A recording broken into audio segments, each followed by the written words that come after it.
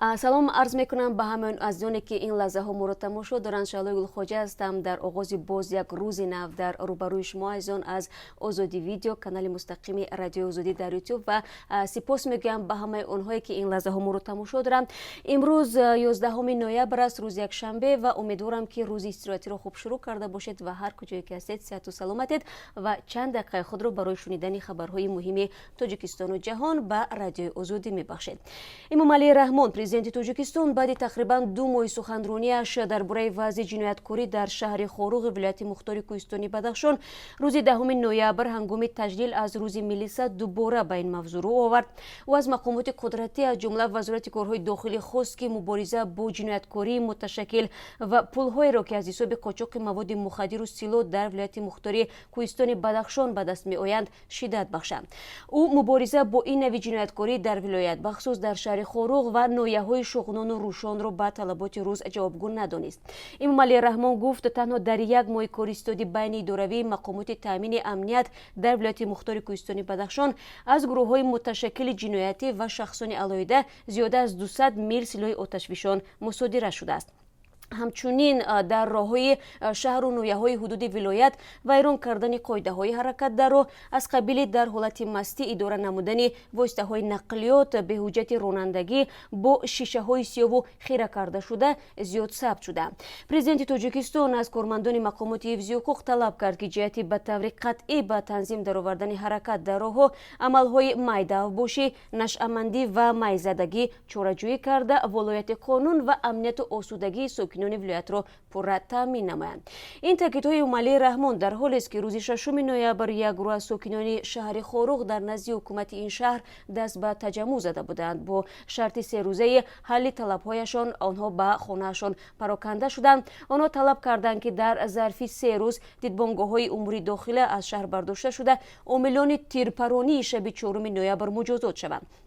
Ёдгор Файзов, раиси вилоят, дар навбати худ ваъда дод ки шикояти мардумро дар бораи тирпароние ки дар он дасти ками як нафар захмӣ шуда буд, ситоди байни идоравии амнияти мавриди омӯзиш қарор медиҳад. мақомоти Тоҷикистон дар як нома ба ҳамтоёни қирғизи худ ошӯб дар зиндони низомаш сангини шаҳри Хуҷандро тасдиқ карданд. Гулмира Борубоева, сухангӯи хадамоти давлатии марзбонии Қирғизистон, рӯзи 10 ноябр дар суҳбат бо радиои Озодӣ гуфт, иттилояе ки 8 ноябр аз тарафи Тоҷикистон дастрас шуд мухтасар буд ва ҷузъиёт надошт. ӯ афзуд, ин як ҷараёни маъмулии табодули иттилоъ аст. ҳамкорон аз Тоҷикистон ба мо гуфтанд ки дар Хуҷанд дар як зиндони низомаш сангин ошӯб шуд ва онҳо тадбир андешиданд. ин хабар аллакай ба матбуот роҳ ёфта буд. мо инро шунидем ва аз онҳо пурсидем ки чӣ гузашт. онҳо моро хабардор карданд.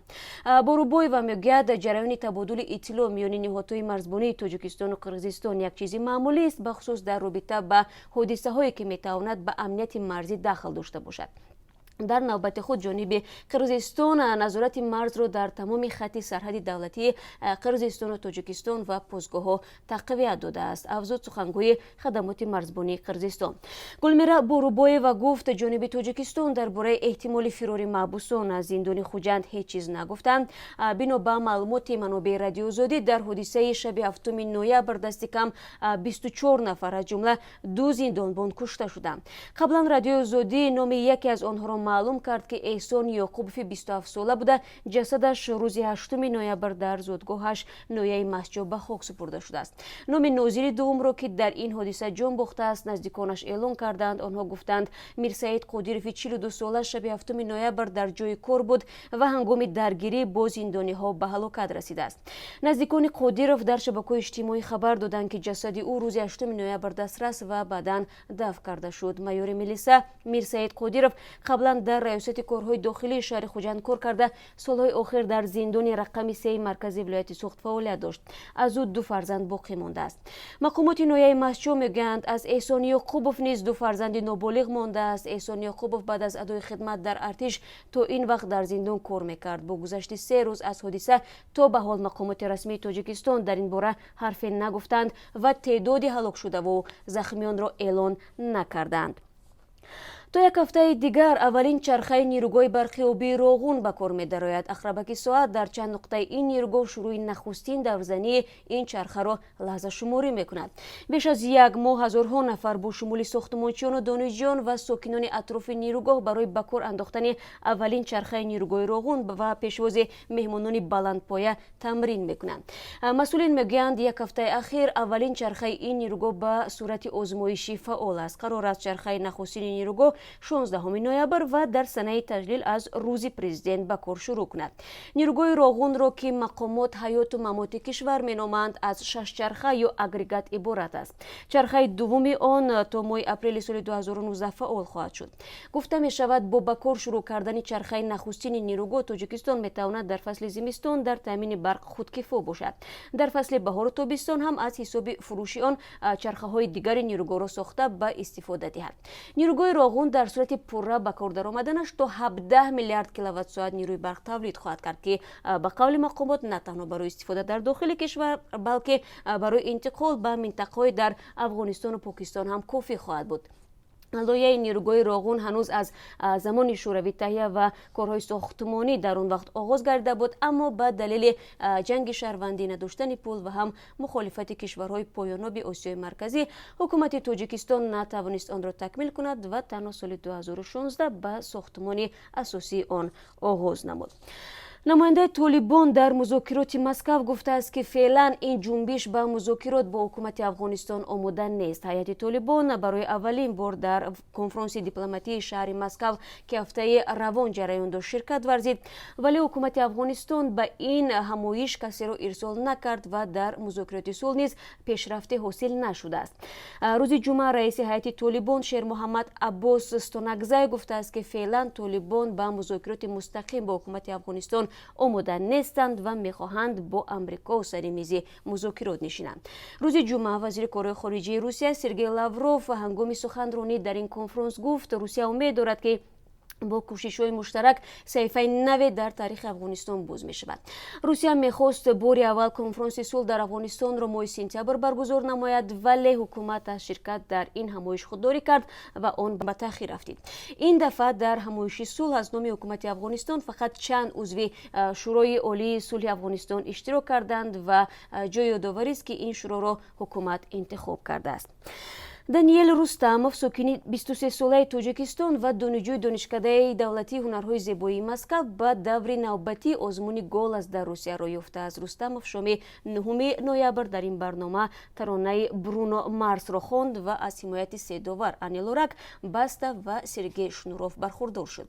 Ани Лорак, овозхони маъруф, пас аз шунидани он ки Даниэл Рустамов аз душанбе аст гуфт: бо ин шаҳрро надидем, вале ба шарофати шумо медонем ки дар он ҷо чӣ қадар ҳунармандони бо истеъдод зиндагӣ мекунанд. Доварони дигар низ аз маҳорати Даниэл Рустамов ситоиш карданд. худи Даниэл гуфт эҳсосашро наметавонад бо сухан баён кунад, ҳама кор имконпазир аст ва ҳар орзу ҷомаи амал мепӯшад агар одам талош кунад ва заҳмат кашад, афзуд ӯ. 2 соли пеш Даниэл Рустамов нирӯи овозхонии худро дар барномаи X-Factor Украина ҳам санҷида буд. Даниэл Рустамов моҳи ноябри соли 1995 дар хонаводаи пизишк дар Душанбе ба дунё омада. ҳамон тавре ки дар саҳифаи фейсбукиаш ишора кардааст, забонҳои тоҷикӣ, русӣ, кӯриёӣ ва англисиро медонад. ӯ мегӯяд дар оилаашон касе овозхон нест, вале ин меҳр аз хурдӣ дар дилаш буд ва то охиреро хоҳад рафт. ва 7 ошпази шинохта дар шаҳри Душанбе дар деги бузурги 1 тонна оши палав пухта ва онро рӯзи 10 ноябр дар боғи ба номи Фирдавсии пойтахт намоиш доданд. Абдумаҷид Усмонзода, сухангӯи раиси шаҳри Душанбе, дар суҳбат бо Радиои Озодӣ гуфт: дар ҷашнвораҳои гузаштаи оши палав ин ғизои миллӣ дар дегҳои нисбатан хурд таҳия мешуд. Фарқ аслии ҷашни имсола таҳияи оши 1 тоннаӣ аст, гуфт ӯ.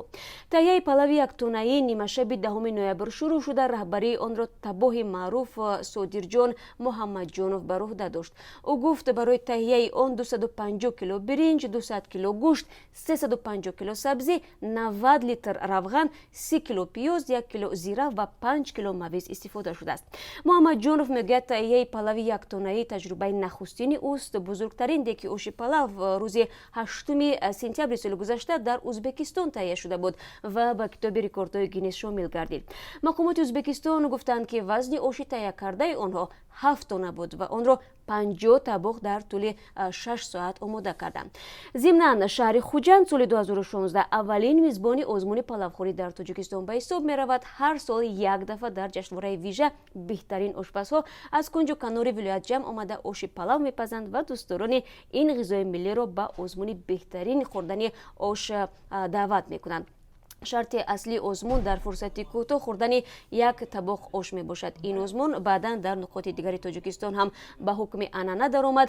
охири моҳи октябри имсол президенти тоҷикистон Эмомалӣ Раҳмон дар Хуҷанд шарти озмунро тағйир дод ва риояи фарҳанги таомхӯриро дар ҷои аввал гузошт. ӯ бо шӯхӣ ба паҳлавонони сари табақҳои палав гуфт ки истеъмоли зиёди он зарар дорад. хуб бинандагони азиз, бо умеди он ки хӯрдани ош ҳеҷ гоҳ барои шумо ба саломатиятон дақиқараш зарар нарасонад, ман суҳбатро инҷо ба поён мерасонам ва ташаккур мегӯям ки дар ин чанд дақиқа моро ҳамроҳӣ кардед.